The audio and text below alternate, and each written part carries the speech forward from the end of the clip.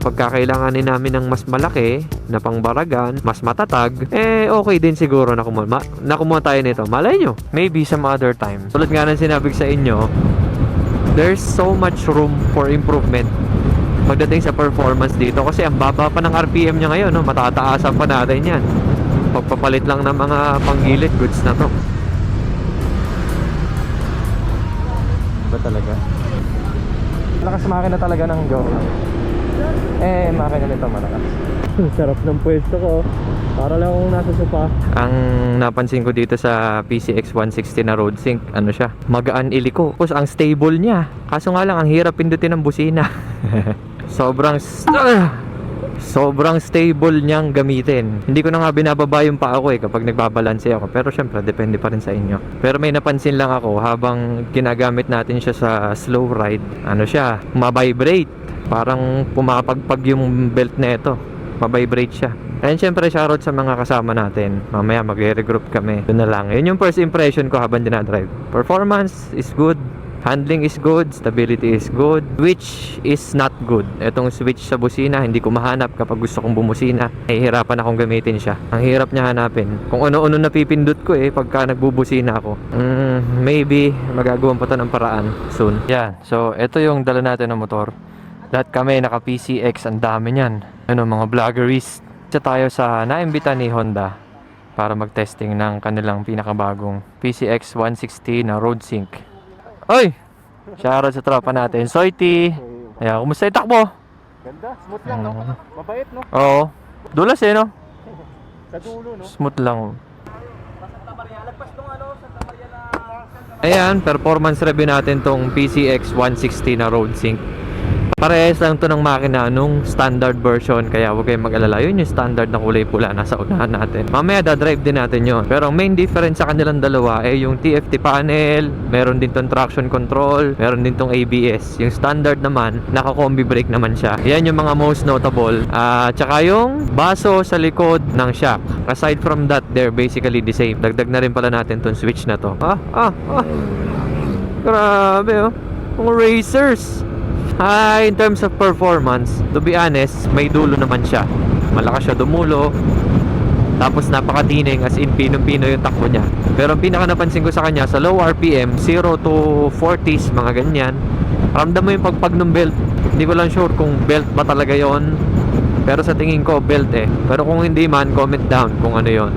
And review naman natin yung suspension. Sa likod, damang-dama ko yung bawat bayo ng bawat bayo ng angkas ko. Tsaka damang-dama ko rin yung bawat lubak. Masasabi kong matigas yung suspension. Pero yung kagandahan naman ng katigasan ng suspension na to, kaya niyang i-handle yung mga mabibigat na bumps kahit pa may angkas. Ewan ko lang dun sa standard version, ha? Yung mga specs and features na ito, nagawa na natin ng video, kaya panoorin nyo na lang yun dun sa ibang videos natin. Nagustuhan ko yung TFT panel niya, pero meron pa tong feature na malupit yung pinakang navigation system niya na gustong-gusto ng iba, pero ako hindi ako fan kasi ng ganun. Kaya siguro plus points na lang sa inyo yun. Pero para sa akin, hindi siya yung isa sa mga nagustuhan ko dito. Etong TFT, 100% mas maganda yan kaysa dun sa standard. Pero yung navigation, bonus na lang yun. Stand pa rin ni Honda yung ano niya, yung signature niya sa pagbuo ng makina na pino talaga. As in pino. Walang vibration sa mid to high RPM. Wala. Nakaka maririnig na lagutok ng makina. Yung parang krrrr.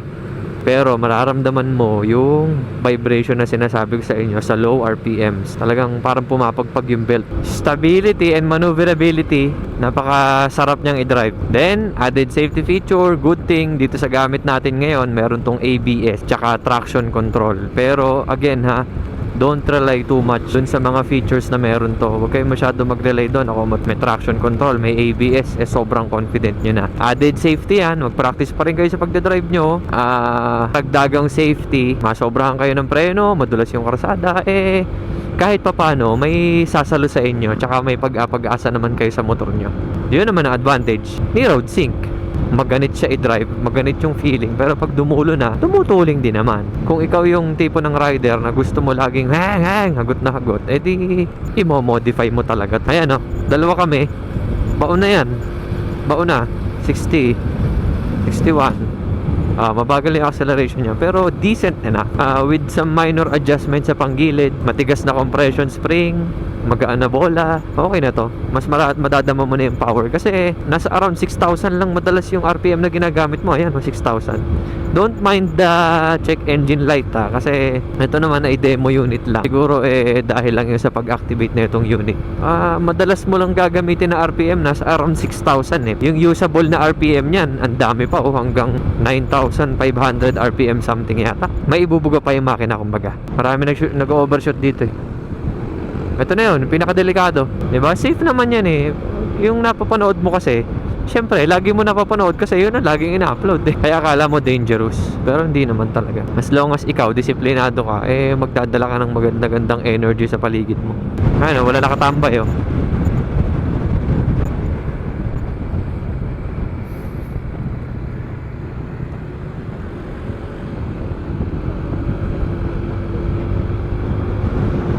cornering, okay siya. Magaan na may drive. Yun ang ano ko dito sa PCX. Magaan siya talaga i-drive. Sa katulad ko na meron ng scooter din. Hindi pala akin, kay Dane.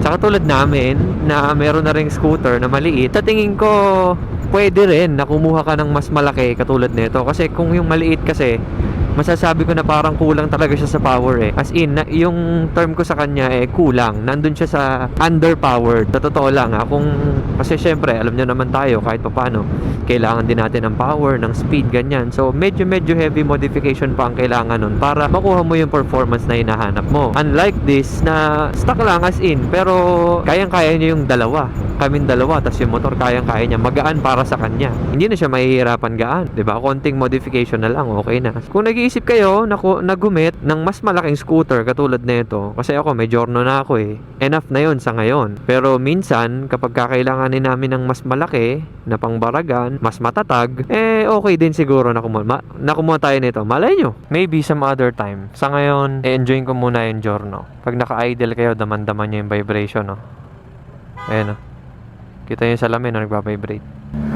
Mabibrate talaga siya. Sa minor lang pero pag tumining na, okay na rin siya. So, depende sa inyo kung makikita nyo yon as disadvantage or not. Pero for me, tolerable enough naman siya. Ang laki din ng liko niya, Almost papantay na rin dito yung manibela. Eto, todo na to Ayan, See? Todo na yan parang hirap na hirap talaga siya. Even na 160cc na to, nandun pa rin yung feeling na kailangan mo siya lagi ibuelo. Pero tulad nga ng sinabi ko sa inyo, there's so much room for improvement pagdating sa performance dito. Kasi ang baba pa ng RPM niya ngayon matataasan pa natin yan. Pagpapalit lang ng mga panggilid, goods na to. We're here, Casa Cecilia, matte gunpowder block. Pagdating nga dun sa mismong destination, nagkaroon naman kami ng simpleng program kasama ang mga staff ng Honda at yung mga kapwa rin natin motovloggers at media. Tamang share lang kami sa isa't isa ng feedback dun sa tinesting namin na PCX 160. Pagkatapos nun, ngayon hawak na natin itong standard version nitong PCX 160 na pinakabago ngayon. Kaya kung can decide pa rin kayo kung anong pipiliin nyo, makinig kayo mabuti sa sasabihin ko. Kasi na-testing natin kanina yung road sync variant. Ngayon naman itong standard version. Performance, wala siyang pinagbago. As in, 98%.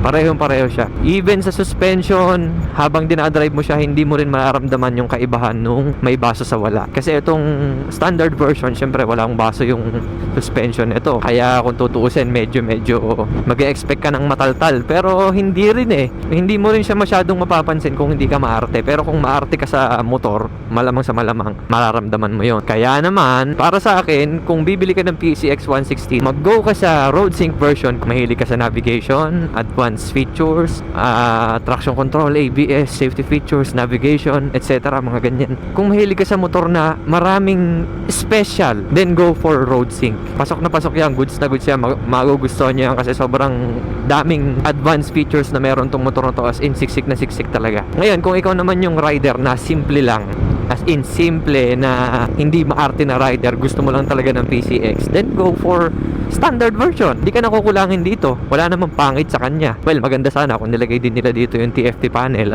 para at least parehas ng panel. Kahit wala na yung navigation, kasi sa totoo lang, sa akin, hindi ko naman masyadong gagamitin talaga yung navigation, pero sa iba kasi, big deal yun. So, kung big deal yun para sa inyo, edi go for road sync. Pero ako, I'll stick with standard version kasi yung mga traction control, ABS, sensors, mga ganyan, magiging ano mo yan, magiging hindrances mo yan kapag mag-upgrade ka. Promise. Especially kung pang-race track mo, mahilig kang magkuting-ting, ay nako, magiging problema mo yan. Kaya sabi ko sa inyo, may pinagbabagayan talaga bawat motor. Pareho naman sila maganda, pumili lang kayo ng gusto nyo. May safety feature na rin naman ang standard version, which is yung combi brake.